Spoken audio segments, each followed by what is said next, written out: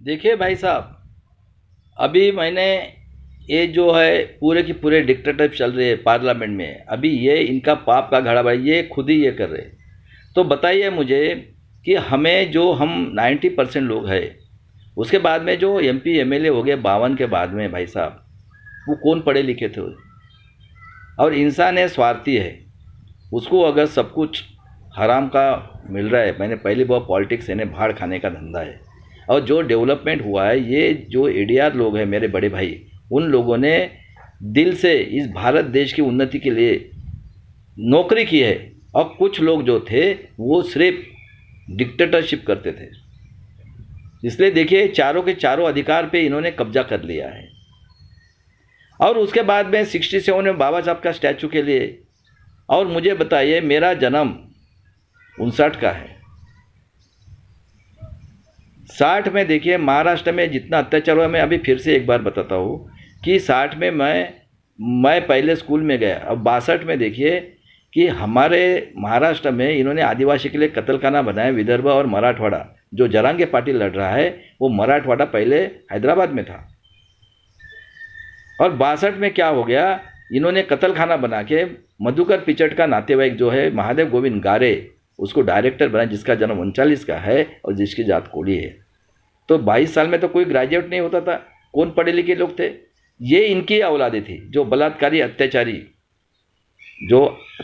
बलात्कारी खूनी लोग हैं, उन्हीं की औलादे थी पढ़ी लिखी। आदमी थे उस टाइम में पढ़े लिखे, औरतें तो पढ़े लिखे नहीं थी उस टाइम में। और इन्होंने क्या किया, उनको आश्रम शाला दिया और पैसा ले लो, जितना चाहे उतना ले लो। ये रिस्ट्रिक्टेड एरिया के ये थे। और इंदिरा गांधी ने 76 में एरिया रिस्ट्रिक्शन हटाया। देखो, 67 में वो पुतले के लिए हुआ, 71 में इंदिरा गांधी ने मानवता थी इसलिए ईस्ट पाकिस्तान वेस्ट पाकिस्तान का वार में उन्होंने हाथ डाला और बांग्लादेश की निर्मित की, और शेख मुजीबुर रहमान को उन्होंने प्रेसिडेंट बने। 72-73 में इतनी नौबत आ गई थी भाई साहब, क्योंकि उसके पहले हमारे यहाँ जो जितने भी प्राइवेट बैंक थे उसको नेशनलाइज किया था, और कई अंडरटेकिंग उन्होंने शुरू कर दी थी। और उसके बाद में हमने सुअर को जो खिलाते हैं लाल ज्वारी, वो खाया। अगर मेरे एज के होंगे तो उनको पूछो, सही बात है गलत बात है। उसके बाद में इनकी जो यूनियन थी, यूनियन तो इन्हीं की थी।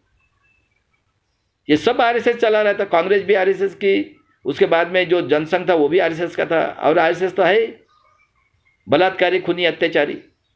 ठीक है। उसके बाद में 75 में इंदिरा, ये इन्होंने ये किया, स्ट्राइक किया था। ये सभी जितने भी यूनियन है सब इन्हीं की है, और देख लो आप, रिकॉर्ड देख लो। उसके बाद में देखिए, इंदिरा गांधी ने 6 सितंबर को इमरजेंसी लगाई, 3 साल के लिए लगाई थी। और उसके बाद में देखिए उनको जय नाराज नारायण ने वो केस डाल के उनको इनवैलिड कर दिया। वो ठीक है, एग्री की उन्होंने। और उसके बाद में जनता पार्टी की गवर्नमेंट बनी, शायद मोरारजी देसाई हो गए थे। अब बाद में मंडल कमीशन की जब नाम आ गया, तो भाई साहब देखिए 77 में इंदिरा गांधी ने इमरजेंसी हटा दी और माफ़ी भी मांगी। उसके बाद में देखिए जब मंडल कमीशन आ गया तो इनकी आंख ये होने लगी। तो बाद में जब शुरू हुआ तो 80 में इन्होंने जनसंघ था उसका बीजेपी बनाया।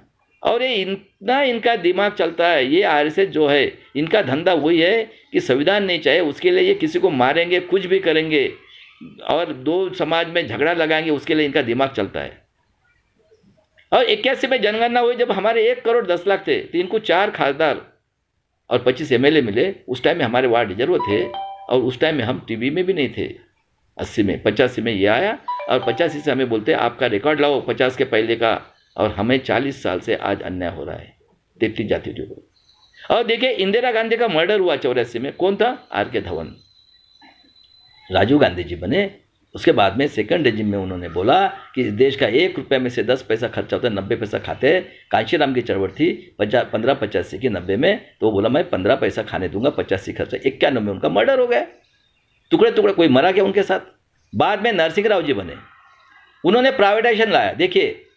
देखिए भाई साहब, आप सोच लो कौन लोग हैं। और 92 में मंडल कमीशन के इसमें उसने हमारे पैर को तोड़ दिया क्रिमिनल लगा के। और क्या बोलते हैं? 27%। सुन लो। उसके बाद में हम उस टाइम में टीवी में थे, अटल बिहारी की गवर्नमेंट आई, उन्होंने सबसे पहले क्या किया, जो पेंशन था वो बंद कर दिया। और उसके बाद में देखिए भाई साहब, 2004 में 9 में गवर्नमेंट आई, उसके टाइम में सुब्रमण्यम स्वामी, अडवाणी जी और कई लोगों ने केस डाली थी, और 13 में डिसीजन आया है वोटिंग मशीन और कंट्रोल यूनिट से आप फ्री एंड फेयर इलेक्शन कर नहीं सकते अक्टूबर 13 में। उसके बाद में इनका कॉम्प्रोमाइज़ हो गया, 2 बार आप 2 बार हम। उसके बाद में देखिए अक्टूबर 13 को डिसीजन आया, 14 में फिर वो आ गए, और 14 में जो बीजेपी के लोग हैं उनके माँ बाप दादा नाना सब कांग्रेस में थे, चेक कर लो। ये देखो धनगढ़ी बोल रहा है, सही बात है, सही है या गलत है भाई साहब? बुलाओ मुझे, बुलाओ सुप्रीम कोर्ट में, बुलाओ मुझे। और उसके बाद में एक पेगासस आया, सभी का ये करा गया, राहुल गांधी से का जितने अपोजिशन लेते, और उनको ब्लैकमेलिंग किया गया, और ये इजराइल से आया हुआ था, उसका भी केस है, कोई आवाज़ नहीं निकल रहा है।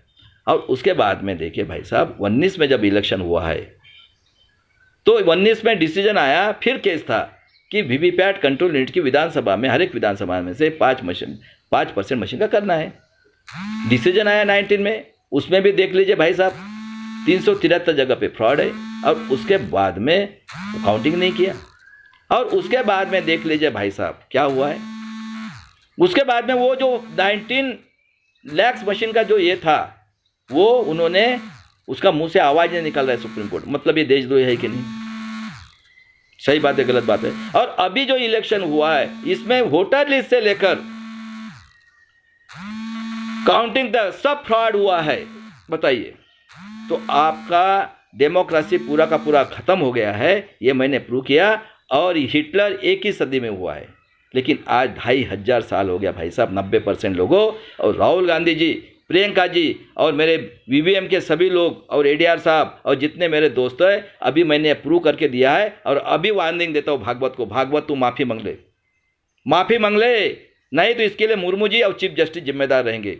आप खुद के मुंह की बात बता रहा हूँ मैं, खुद बोलते हैं आप लोग। अभी आप देशभक्त लोग हो या टेररिस्ट हो, देशद्रोही हो, ये पूरी 90% जनता है। आगे जनरेशन के जन आंदोलन करो, ईवीएम हटाओ, संविधान बचाओ।